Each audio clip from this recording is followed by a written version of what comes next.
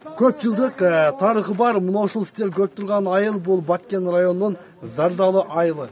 Азыр биз те алыстан жол жүрүп 2-3 ашууда ашып дал ушул Зардалы айылына келип турган чагыбыз. Бул жерге бүгүнкү боло турган жолугушууга Баткен районунун акими Ушкунбек Жолобаев жана Баткен районундагы бардык мекеме ишканаларынын жетекчилери Зардалы айылындагы эл менен жолугушуу үчүн дал ушул айылга келишти.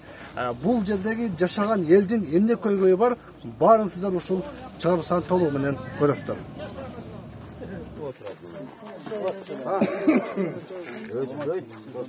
Балдар эмеден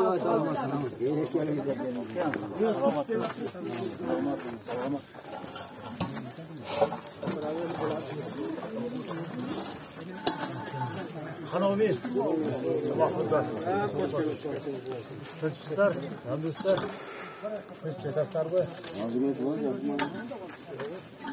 Ассаламу алейкум, урматтуу Зардалы айыл тургундары.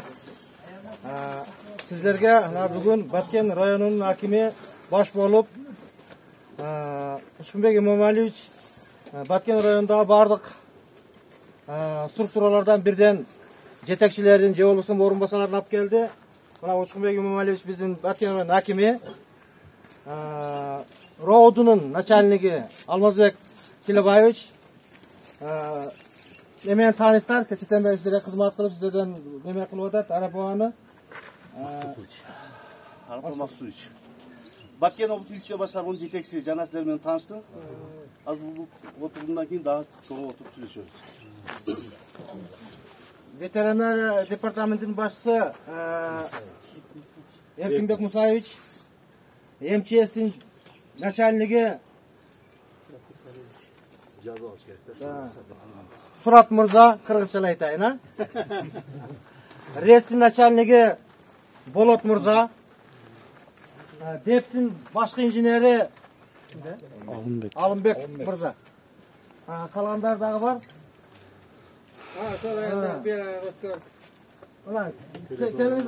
Сіздерге сұрау болып қалышы мүмкін. Телеушканың начальниги, телекомдың начальниги, бұяқ өзіңізге таныстар, Қошқарбайдың оğlu Қошым, госрегистрдің өкілі, Сосфондың өкілі, Сосфондың юристі Замирбек Мырза. Қалғандарын да таныткенсіздер. Негизи сиздерден кабар алып, сиздердеги көйгөйлөрдү угуп, сиздер менен эл менен жолугушуу максатында келгенбиз. Азыркы сөз кезегини Ушкунбек Имамалиевич көрсөт. Ассаламу алейкум. Урматтуу Зардалы айылынын тургундары, урматтуу аксакалдар, урматтуу чакырылгандар, урматтуу жетекчилер. Жогоруда айыл өкмөт башчысы белгилеп айтып өттү. Биз бүгүн атайын ушу сиздер менен Карабак айыл өкмөтүнүн алыскы биздин Баткен районунун алыскы айылы деп эсептелинген ушу Зардалы айылы менен келип сиздер менен жолугушуп, элден кабар алып, сиздер менен баарлашып жакындан, мындайча айтканда туугандашып, сиздер менен жакындан ушундай жолугушуп кетейли деп чечип келдик. Жогоруда айтып өттү, мени менен чогуу ушул областтык жана райондук мекеме ишканалардын жетекчилери, өкүлдөрү дагы келди. Ушул жерден шарты катаал, шарты оор Баткен районунан эң алыскы айылдын ушундай шарты менен жакындан көрүп, ар бир мекеме өзүнүн тиешелүүлүгү боюнча, өзүнүн маселеси боюнча ордунда көрүп, чечилиш жолдорун издеп, кыскасы ушундай жакындан сиздер менен талкуулап, сиздер менен жакындан баарлашканы келип отурабыз. Рахмат чоң, сиздер кечетен бери бизди күтүп, аксакалдар тосуп, ушундай биякта бүгүн атайын түнөдүк бияктан ушул Зардалы айылынын Зардалы ушундай табигаты кооз, шарты катаал болгону менен табигаты кооз, эли данышман, эли абройлуу, эли, касиеттүү ушундай зардалы айылында түнөдүк. Рахмат чоң сиздерге. Не дейбиз, бүгүнкү күндө биздин Баткен районубузда, Баткен областыбызда бир катар жакшы саамалыктар, жакшы жумуштар, жакшы саясат жүрүп атат. Президентибиз урматтуу Садыр Нуркожоевичтин бүгүнкү күндө ушу Баткен областына, анын ичинде биздин Баткен районуна ушундай көңүл буруп, жакындан жардам берейин деп ушундай жүргүзүп аткан саясатыны сиздерге биз жеткиргени келдик, айтканы келдик, жеткиргени келдик. И ошол эле мезгилде ар бир жерликтин, ар бир айылдын өзүгө жараша көйгөйлүү маселеси болот. Ошо көйгөйлүү маселеңиздерди угуп, колдон келсе ушактан чечип, болбосо атайын кагазга түшүрүп алып, биз атайын иш мерчемдерди иштеп чыгып, ошол маселелерди чечүүнүн үстүдө иштөөнү чечип келдик. Ошондуктан бүгүнкү күндө биздин районубузда жакшы иштер жүрүп атат. Президентибиз урматтуу Садыр Нуркожоевичтин демилгеси менен бир топ социалдык мекемелер курулуп атат. Бир топ социалдык маселелерди чечүү үчүн жакшы жарлыктарды кабыл алып берди. Бул эң эле башкысы Баткен областыны, анын ичинде биздин Баткен районуга өзгөчө макам кабыл алып берди. Өзгөчө макамдын ичинде бир топ жеңилдиктер, социалдык маселелерди чечүү жеңилдиктери кабыл алынган. Бул пенсия пособиялерге акчалар кошулду. Азыр алып атасыздарбы негизи? Пенсияга кошулду, пособиялерге кошулду, бир топ салыктардан жеңилдетүүлөр болуп, жана биздин районубуз, областыбыз негизинен Кыргызстанда ушундай шарты катаал өнүгүп бараткан область, район болгондуктан ички тышкы инвесторлор үчүн дагы келип ушул Баткенди өнүктүрүүгө салым кошо тургандарга жагымдуу шарттарды түзүп берди. Ошондуктан бүгүнкү күндө азыр ар тараптуу жумуштар жүрүп атат. Өзү күнү кече 1-2 күн болду. Президентибиз урматтуу Садыр Нуркожоевич өзү келип, мына Баткенге медициналык академиянын филиалынын имаратыга капсула салып кетти. Бул деген президентибиздин биздин Баткен областыга, анын ичинде Баткен районуга жакындан көңүл бөлгөнү, ушул элдерибиздин камын ойлогону деп билишибиз керек. Не дегенде бул чоң медициналык академиянын филиалы, бул окуу жай эле эмес, ушул элдердин саламаттыгына кам көрүп, элдерди ошол эле мезгилде Бишкектен келген академиктер, профессорлор ошол жерде элдерди дагы кабыл кылат. Ден соолугуна кам көрөт. Жана акыркы үлгүдөгү медициналык жабдыктар менен жабдыймын деп өзү кече айтып өтүп кетти. 2 жылдык мөөнөт берди. 2 жылдык мөөнөттө Кудай буйрса бүтүп биздин элибизге бир топ жакшы шарттар түзүлмөк.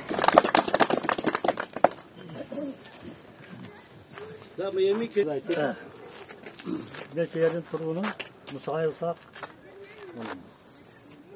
Mümin'de koşuyorsunuz ayılga kelgenizler yaxşı boluptur. Жаңа айтып кеттiniz.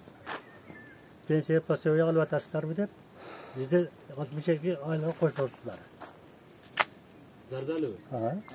Аны ептеп көчө жагыны жыма кылдык, эми дагы бир калган жагы бар. Мынандай стойкаларды эле кам болуп атат. Тургузуп мектепте кам болуп атат. Неге? Курган кылганыбы? Мына ушундай меберешет кылып, аяктары менен жыгат менен неме кылмас, ал мектеп бар экенин. Oldu çeçe, ayıl hükümet, reis, nemesini çıkarım, başörtünü çıkarım. Anam dağı ben жаңа unutуп калыпмын, айтып өтөйүн сиздерге жеткирип. Буга чейин өзүңүздөр билесиздер, бюджет 2 баскычтуу. Айыл өкмөтүдө жергиликтүү бюджет бар и республикалык бюджет бар. Мындайча айтканда, акча айыл өкмөттө бар и республика өкмөт да бар да. Ортодо район и областта акчасы жок, мындайча айтканда, бюджети жок. Ушул маселени биздин азыр президентибиз урматтуу Садыр Нуркожоевич кантип чечип берди? Буну кечээки ушул өзгөчө статус дедик, башка дедик, ошондон кийин райондук жана областтык деңгээлдерде өнүктүрүү фонду деп ачып берди. Бюджетти түзүп берелик десе, мында процедура кыйындашып кетет. Райондук кеңеш болуш керек, областтык кеңеш болуш керек, депутаттар шайланыш керек, башка деген бул убакытты талап кылат да. Ошондуктан тез, ыкчам чечип берүү максатында райондук жана областтык өнүктүрүү фонддорун ачып койду дагы. Ошол өнүктүрүү фондко баягы бюджетке бере турган акчаны ошол өнүктүрүү фондко салып берип атат азыр. Башкача айтканда, азыр бизде районда дагы акчабыз бар, областта дагы акчабыз бар. Ошол эмеден фонддон айыл өкмөт башчылары долбоорлорун жазып, мисалы үчүн азыр сиз айтып аткан ограждение, тосмо, забор боюнча долбоор жазып алса болот. Башкача айтканда, мурда биздин тилибиз кысык эди. Эмне үчүн тилибиз кысык эди? Биз бир жерге барып, мынаңды бүтүрүп бере алабыз, мынаңды кылып бере алам деп айта албайт эдик. Мындай дадил айта албайт эдик. Болот, карайбыз, кайрылып Бишкекке кайрылайлык деген жооптор болот эди. Азыр биз ишенимдүү айта алабыз. Не дегенде, биздин өнүктүрүү фондубузда акчабыз бар. Бүгүнкү күндө миллиондогон акча турат, түшкөн акча бар. 30 миллиондай акча бар. Айыл өкмөтү сизге тапшырма, ушул мына эме боюнча, ограждение боюнча аз эле сумма болот бул. Муну алышыңыз дагы эле жеңил эле болот. Эмеден коргошуңуз дагы жеңил болот. Ал жерде байкоочу кеңеш деген бар. Айыл өкмөтү долбоорун жазып барат, ушул эмени эсебини чыгарып, башкасын чыгарып. Кагаз менен да, мындайча айтканда. Акча эсеп кысап менен го, жакшы билесиздер. Долбоорун жазып барат, Кудай буйрса, бул маселеңиздерди чечип беребиз. Мына келипсиздер. Мында өзүңүздөр көрүп жатасыздар, мына электр тогу жок. Телефон жок. Ушул маселелерди баарын өзү көрүп отурасыздар, келипсиздер, көрүпсүздөр.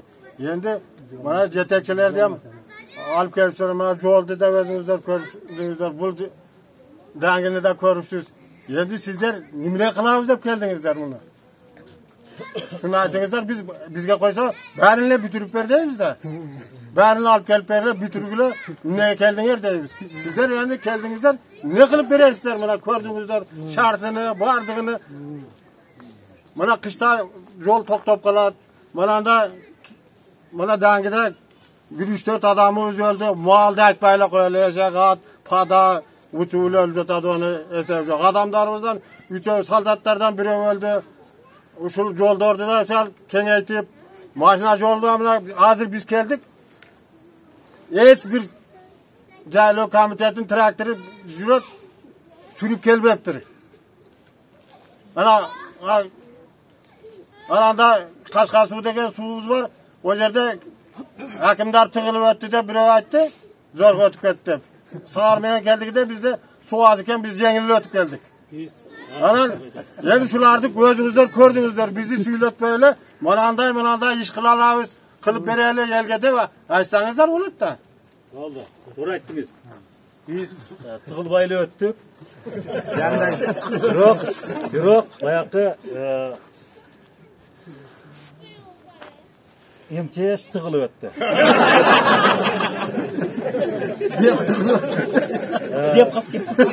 Dep tığılıp öttü. Ötelmeyle kaldı. Ben başta ayttım go. Uşul şartты көзүменен мындай айткан менен көзүменен көргөн айырмасы бар да. Ол миң уккандан бир көргөндөн бар. Ошон үчүн ушул жолду жана башта айтып өттүм сизге. Электр энергиясынын жоктугуну, байланыштын жоктугу деп туруп, именно ушул 3 структуранын жетекчилеринин өкүлдөрүн алып келдик да. Мен жаңы айтып өттүм, мына райондук өнүктүрүү фонду деп дагы айтып өттүм.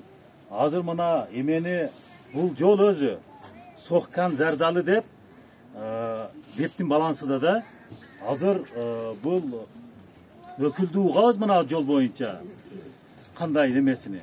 Анан ошого карата если булардан эме болбой турган болсо, каржы маселесиден башка боло турган болсо, мен жана айтып өттүм го.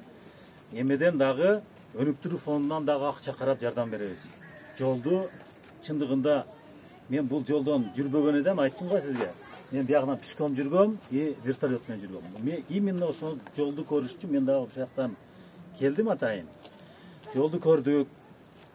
Кудай буйрса, азыр мына дептин өкүлүн угабыз. Кандай перспективада, кандай немеси бар келечекте. Анан ошол өнүктүрүү фондунан дагы акчаны бөлүп, биз максималдуу түрдө жолду оңдоп, шарт түзгөнгө аракет кылабыз. Мен ушул жолдо черезден каттаган таксимин. Былтыры аким сиз билеңиз, сизге киргенбиз. МЧС чакырганбыз. Ошол жол дөңмөндөгү көпүрө ошол боюнча турат да, биздин Карагайлы оңдогон боюнча турат. Ол азыр дагы бир 10 күндөн кийин суу көбөйүп, о көпүрөнү уже көрбөйсүздөр. Кайсынысы? Ылдыйдагы. Дөңмөндөгү. Каксаян алды. Дагы бир 10 күн. Бул жайыт комитетинин күчү менен мына талоо чыгып Бул азыр 10 күндөн кийин бул көпүрө туруштук бербейт. Биз дайым каттайбыз да. Мына сиздер тыгылбай өтүпсүздөр, МЧС тыгылып өтүптүр. Бул жолдон биз черезден тыгылып өтөбүз. Мындай чалдарды көтөрүп өтөбүз. Акабыз. Ашындай жолдо каттап атабыз. Эгер сиздин тилиңиз өтсө, азыр сүйлөп эле кетпең. Немен буйрукту бериң азыр. 10 күн ичинде эл бияка көчүп чыгат, өрүктөр көрдүңүздөрбү? Элдин бардыгы чыгат мына жака. Бардыгы тыгылып, көтөрүп, тартышып, кээде машина оонагандай болуп, неме болуп калат. Эгерде сиздин тилиңиз өтсө, мына сүйлөп эле кетпей, азыр биздин көзүбүзчө приказды берип, каражатыны бөлүп, шуну 10 күн ичинде оңдогула, 10 күндөн кийин эл каттайт деп. Бул жөнүндө мына айыл башчыга өткөндө мен айттым, өкмөткө бардым, жолду оңдогула деп. Күчтөрү жетпей атат. Анан дагы бир нерсе, жайыт комитетинин тракторун өзүгө өткөзүп берсеңиздер. Мындай майда сел мындай болгондо жайыт комитети өзү келип оңдоп кетсин тракторду. Азыр өкмөт өзүгө алып алган, жайыт комитети эчтеке кыла албайт. Трактор жайыт комитетиге келгенден кийин бериңиздер ошого, иштесин ошо. Өкмөт алып алган быйыл өзүгө. Быйыл жайыт комитетинин төрагасы алмашкандан кийин туруп ошол жерде жарыя болгон. Жарыяда баягы трактордун эгесини табыш керек болгон. Жарыяда жалпы жарыя кеткен өкмөт боюнча. Ошондо бир эки адам өзүнүн келишимини түзүп келип, эгерде силер мага берсеңер деп, ал жерде комиссия түзүлгөн. Комиссиянын төрагасы Жардал айылынын башчысы Сүйүнова болгон, жайыт комитеттери катышкан. Келишимдерин карап туруп, ошо келишим кимдин келишими жаккан болсо, ошо келишим боюнча ошо тракторду ошо келишимге өткөзүп бергенбиз. Азыр каякта турат? Трактор азыр айылда турат. Айылда турат. Айылда турат, бирок башкаруу укугу Ол айдай албай атат. Айылдын ичинде зор көчүрөт. башкаруу укугу жайыт комитетинин төрагасы өткөн. Башкаруу жайыт комитетинин төрагасы да, бирок менин баласында турат. Аны жайыт комитети жайыт комитетиге өткөзүп бериңиздер. Өзү бир жакшы спец айдай ала турган тракторга жайыт комитети берсин. Бул шу жайытка келдиби, келип шу жакты оңдоп турсун. 2 айла оңдоп турсун, калган 10 айlık kağıtta өкмөт өзү мине берсин. 2 ай шу жакта иштеп берсин, болду. Өтүп турсун. Барбы трактор жакшы айдай ала турган? Мен табам. Tamam. Эгерде тилиңиз өссө өкмөткө, тракторду өткөзүп бериңиздер, тракторду мен ремонт кылып берем, бекет. Колунан келет. Трактористти мен өзүм тандап отургузам. Качан көрсөтөсүз трактористти? Мен түшүп шу трактористти өзүм таап, өзүм неме кылам, оңдоп шу жака чыгарыш керек тракторду. Анан азыр Качан таптыңыз трактористти? Айылга түшөйүн, мен таап берем. Качан түшөсүз? Мен бүгүн түшүп кетем кайт. Бул эртең экен да? Мен черезден шу жолда каттайм. Эртең экен да? Азыр трактор жүрүп турган тракторбу? Жүрүп турган трактор. Баланс сизде? Трактордун балансы өкмөттө. Onu kimge өткөрүп берди атасыз? Жайыт комитетин өзүгө өткөзүп берсин. Неге? Онда кандай кызыкчылык? айыл өкмөттө турса не, жайыт комитетте турса не? Biz bu tara yol bozulup bir ay yol yok oldu da. Так. Men mana yerden bir kasalda alıp ketkenmi. Aha. 4 ta bala nemege salıp götürüp düşken. Döngmenge olmazanda. Men alıp ketkenim ki. Sonda men rasat жүргөнмүн. Sizge kirgenmin. Emçe siz çakırgansız. Oğa kirseň men balansımda emestey. Niye kim? Ökmöt jol men balansımda emestey. Aha. Anan emçesi dagı bir şılta kılatken, ol meniki emes, bunusu dagı bir şılta kılatken. Bul emçes başkasının eli kıynalbaytken da bu ýakda. Döňmende bu jol buzulsa hem biz niye kıynalatken? Olardyň eli jok ende kıynalbaytken. Şoň üçin Boldu, kıskası düşünüktü. kapsılmanı çötke Joldu berseniz. gördük. Ha, joldu gördük. Трактористи табың эртеге. Aha. Profesional bolsun. Anan siz dagы kol irisiге tartat dep dosu jarыңызды, туган уруңузду бирөөдү эме кылбаң. Трактор айдай эле турган, иш кыла эле турган, бир нерсеге көз жете турган адам болсун. Жооп бере турган. Siz алып барасыз. Буйрук менен ким эме кылат? Трактор. Traktoристи biz жарыя кылганбыз. Так, Жарыяга ошол трактор сөзү катышыш керек да. Анан келишим түзүш керек да. так, Ол айдай турган кишилер катышпайлы. Башка эки киши кирди да, бири утtu. так. Эми мен ол келишимди юридически буза албайм азыр. Эми ошол келишимди туп алган киши менен бул трактор сөкөнү беттештиребиз да. Ким ол киши? Трактор айдай эле турганбы? Siz tanıysızbı? Правасы жок дейт да. Bu mандай. Bu jarıya 250 gruppadagı WhatsApp'tan jarıya bolgon. Onda 250 350 adam var. Болду, түшүнүктүү. Правасы жок экенби? Правасы жок болсо өзүңүз бурасыз, бузасыз келишимди. Односторонний, бир тараптуу. Бузасыз дагы бул киши көрсөткөн жанагы иш билги көз жеткен адамдыга бериңиздер. И тез аралыкта, кыска убакытта. Азыр тракторисиңиздер дагы жок экен да, тракторисиңиздер болгондо эртеге чыксын дейт. Ertege çıksın diye o traktör saydap çıkıp Mana Zardaliga qo'shilgan emasmi? Pasoya. Qo'shilgan emas, ha? Anan kecha Pasoya qo'shilgan malda menga qo'shilib keldi. Şonu o yoqda taqtagandan emasda, taqtalgan emasda menga qo'shilib keldi de 1 ayda 15 ming aldım. Şol yel algan puldu men ham aldım. Sizin значит эмеңиз, учетуңуз Карабакта экен да, ушундай? Карабакта да. Карабакта болгон үчүн алынды. Бул кирбей калган айылдарды мен айтып өтөйүн мына. Бул кабыл алынгандан кийин бир топ кирбей калган айылдардан элдер келип кайрылган. Биз ошо кайрылуулардын негизинде дагы Şonu hazır meni töle diyor tatlarda, siz punkttan. неге төлөйт? Men alganımda o pullardan. Hem ayga qo'shilib Siz учетуңуз каякта? Sen Zardalsın, Zardalga qo'shilgan mes, hem şol puldu menga төлөp ber деп атат. Учетуңуз каерде же? Учетуңуз каякта? Учетуңуз. Карабакта учет. Учетта Карабакта да ол учет. Sen жазып ал, ким фамилия? Burun Болду, түшүнүктүү. Фамилияны Düşündürüp ver. фамилияны айт. Karimova. Каримова. Karimova. Майрам. Майра. Пособиясын кайра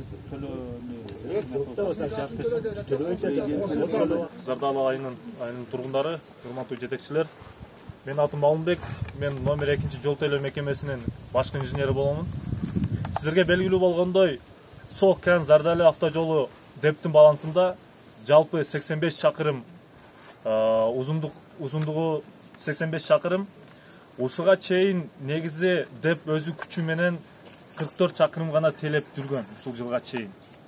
Анан айыл өкмөт айтканы боюнча калган участканы биздин Деп техникасы жетишпей, күчү жетишпегендиги үчүн постоянно солярка ГСМ маселеси менен каржылап турган. Колдон келишинче 1 тонна болсо 1 тонна, 500 литр болсо 500 литр каржылап турган. Азыркы учурда биз бул жака кече жолуңуздардан өтүп көрдүк. Чындыгын айтканда мен буга чейин көргөн эмесмин. Кайындыга чейин эле көргөнбүз. Бул участка өтө татаал, өтө оор участка экен. Негизи азыркы 21 кылымдагы жол мындай болбош керек. Ушундай халк жашаган жерге жол мындай болбош керек. Акимибиз Учкунбек Имамалиевич айткандай, районубузда быйыл өтө көп жол тармагында ишибиз жүрүп атат. Анан бул жака жолго биз күчүбүз жетпей атат, каражатыбыз жетпей атат. Кийинки пландарга именно Совкент Зардалы жолуна мен сунуштарды беремин. Акимибиз жардам берсе, акча каражатыны бурганы аракет кылабыз. Ошондой эле акимибиз айтты, мына бул жака келгени Айгүлташ Согмен Таян жолунун быйыл 5 чакырым асфальта бетон катмары төшөлөт. Баткен Карабак автожолунун биринчи фазасын бүттүк, экинчи фазасыга дагы акча каражат каралып, жакынкы аралыкта бүтүрөбүз. Андан башка дагы өзүңүздөргө белгилүү болгондой, былтыры тажик-кыргыз чыр-чатактын айынан президентибиз Баткенге өтө көңүл буруп атат. Быйылкы жылга жумушубуз көп. Кийинки жылга да ушундай акча каражат каралып берсе, Баткенибиздин жолдору кыйла оңолуп калат деген үмүттө турабыз. Дәңги көпүрөңүздөрдү биз эмчиз материалды полностью берип, өзүңүздөрдүн тургунуңуздар көпүрөгүн куруп берген. Анан былтыры Шудман көпүрөсү боюнча айыл өкмөт тарабынан бизге бүт керектүү материалдарды сунуш кылган. Ошол негизде мен керектүү дутабыр, ошол керектүү арматура, цементтерди берген былтыр. Анан жылдын аягында мага айыл өкмөт берип атат. Көпүрө бүгүнкү күндө толук калыбына келтирилди. Yok. Bravo Şudman köprüsü. Dükkan. He. Yok oraya kadar alıp getirtmeyin. İyiyim oğlum. Köprüğümüzde candan sıramızda ben biz kılıp verdik. Onun направление Руслана Suya vuruş. Техника барабы? Техника барабы? Teknika barat. Техника барса, баякы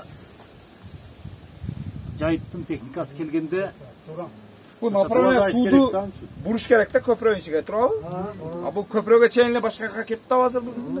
Köprüde kep, bu yeti bölüm ketip. Gel bu köprü. Hazır materiallardı bir rotasyon var. Sonra bir istisarız. Bunlar olmaz. Bilesizler 2020 yılı küz mezgilde kelip ketkenmiz bu жерде. Şu жерде жолугуп мектепте. Bu GES'tin kuruluşu boyunca, linya tartуу boyunca 9 kilometreden aşık linya tartılış gerek eкен. Kooптуу bir 7-8 жер бар экен. Бул таңгы жол менен барып көргөнбүз жайдан. Анан ошол GES курабыз деген балдар дагы келген. Келип ошол GES'тин техник баягы материалдарын алып келип жолдун кооптуулугунан алып келип албай тураттар. Быйылкы жылы да келип көрүп кетиштилер. Şu Zardалы айылына электр энергия жеткизейик депчи. GES'ти курсак кыш мезгилде кыйын болот экен. GES тоңуп калып, двигательдер иштебей калып, ошо линияны тартайык деген максатта ушул 9 кооптуу жер бар экен, ошол жерлерге биздин столбаларды кое албайт экенбиз да. Ошону кандай кылып алып өтүштүн жолуну Жабык кабел болбойбу экен. Жабык кабел менен өткөндө үстүдөн суу тамат экен. Өзүңүздөр мына көпүрөдөн өткөн жер биз ар биrini басып көрүп өткөнбүз да. Анан bir немеге барганда 110 метрлик алыс чукур жер бар экен. Ошондой жерлерден өткөзө албай ойлонуп турабыз. Жакшы соолоо берди, жакшы кеңештер берди. Жанымдан да айтты рахмат. Жакшы жайлоодун эмелери ушундай катар жерде чартуу жолдору анан свет жагдан, анан байланыш жагдан кыйнабыз. Бирөөгө айтар десек телефон жетишпейт, албайт. Анан көп кадрлар бар, ушундай кыйын. Биздин анан сүзөшкө ошол келбейт. Айтышып кетишпады. Рахмат тез берди. Газеттен кашпандар үчүн рахмат. Бүгүнкү мына биринчи акимибизге чоң каршылыгыбызды билдиребиз. Рахмат, бул элдин көйгөйүн угайын, көзүм менен көрөйүн, эл кандай жашап жатат. Деп ел менен келип жолугушуп, менимче ел толук өзүнүн көйгөйүн айтып өттү окшойт. Биз ыраазыбыз акимибизден. Чоң рахмат жетекчилерге, чогул бардык элдин сулоосун угуп, чече турган иштерин чечип беребиз, кыла албай турганды кыла албайбыз деп ачык жарык айтып бергендерге чоң рахмат. Биз ыраазыбыз. Андан соң район акими дал ушул Зардалы айылындагы бир катар социалдык объектилерди кыдырып чыгып, анын ичинде бала бакча жана ФАП жана дал ушул айылда жайгашкан аскердик базаны дагы өз көзү менен көрүп чыкты. Келіп шықсын. Мына балдарына бір суретке түшіп сөйлесіп отырамыз да.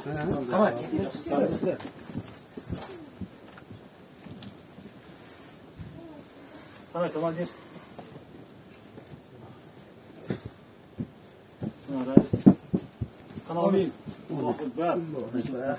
Саламатсыңар бі? Саламатсызбыз. Қандайсыңар? Жақсы бі? Оқытасыңар бі? Молодец, молодец. Қаншанчы класста оқисың? Мен Bir. Жақсы, молодец. Ежекеңер Бурайхан ежеке, Бурайхан ежеке ұрыларды оқыты тау? Жақсы. Кітепті де оқытасыңар бі? Пацанка olan kim hangi resimden?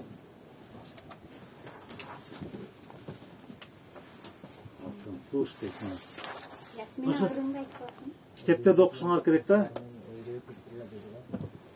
Емеде сентябрьда барғанда ұмытпай жақсы оқып барған боласыңар.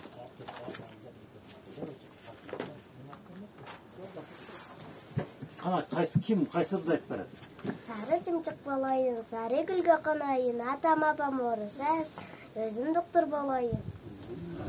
Сен бар. Тып-тып-тып бұйдап, қандай соң чықидақ, аясына мен таңдап, қызы гүлді аям. Қызы гүл, таңдап сені аямын, соң бұттарым топтай суға саямын. Келгіле балдар келгіле, бақчаға жардан бергіле, жаудан бозы тегелді, içinde ойнап кеткіле. Қана кім да? Ясмин әкесін. Сен мал баққанды білесің бе? Мал баққанды. Ай үлкенге барауыз, алмасынан алауыз. Ай ұқтап жатқанда тапы-тупы қачауыз. Жақсы. Затакайыңыз, қолдарыңызды беріңіз, батаркаңыз шықылса, тодан ашып кетіңіз. Bizim pazarda var. Суға тығылып қалыңыз өте. Қашқа суға. Bizim pazarda var mana. Bismillahirrahmanirrahim деп mana bitirən alırız ha. Ay молодец. Qara. Pazarda mana. Oradan aşağıya da getiriyoruz ya mı? Mana. Mana polvon. Qancha ketdi? 10 sotkay var ha. Bunu terapiyasını anıqtab mene bakıramda. Ne görüyorsun? Ha, görüyorsun.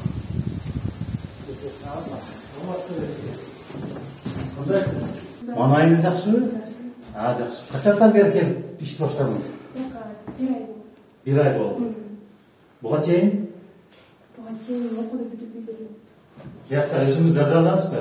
Бияқта атенемен бияқта жет, атенемен бірге жүріп. Жақсы, жақсы. Жақсы. Қандай немелер бар енді? Көбейлер бар. Неңіз жетішпейді? Нені жетіш керек? Бәріне жетішті.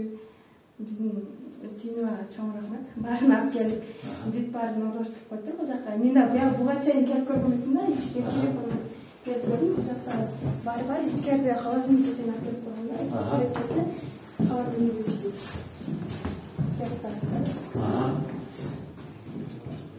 Жақсы. Кеше күні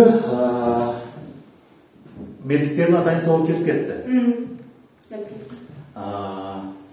Елдерді қабыл қылды. Врач, екі врач еді? Гинеколог и терапевт келді. Жақсы, елдерді қабыл қылды. Жақсы. Көрініп кетішті. Жақсы. Өзбекиз биякта оргон адам барбы сиздин учетто турган?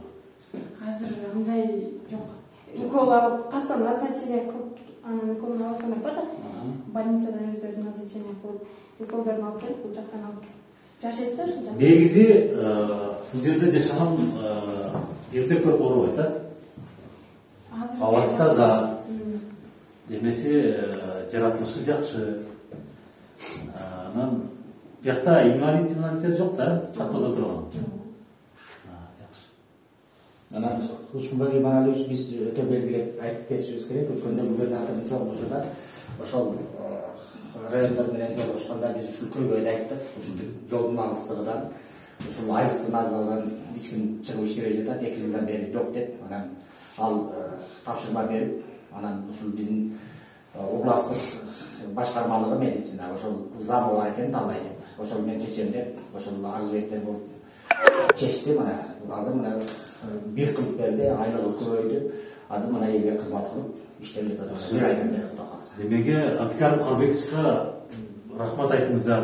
Рахмат. Карим Карбекович, сиздер кайрылгандан маселени чечип берди. Рахмат. Элдин атынан рахмат айтабыз. Тынч болсундар. Ошондой эл жұмыс деген кадрлар көп болсун. Жакшы. Көйгөйлүү маселе болсо, мына айыл башчыга айтасыз, жеткиресиз. Биз жеткиребиз. Айыл башчы бизге жеткирет. Мына айыл өкмөт башчысы Кудай кааласа жаралган көйгөйлүү маселелерди чечебиз. Жакшылап иштей беребиз. Эл оорубасын, сиз только түшүндүрүү жана профилактикалык гана жумуштарды аткарыңыз. Рахмат жана сизге.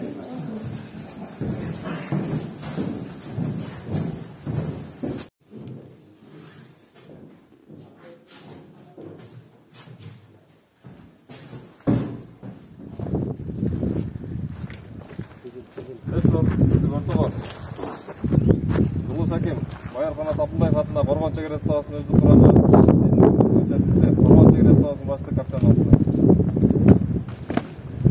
Саламатсыздар, урматтуу жокейлер.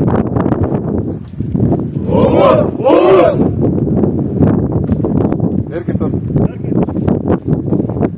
Кызмат кандай кызмат? Жүргөнбү? Сиздер менен, ар бириңиздер менен учурашышыбыз керек.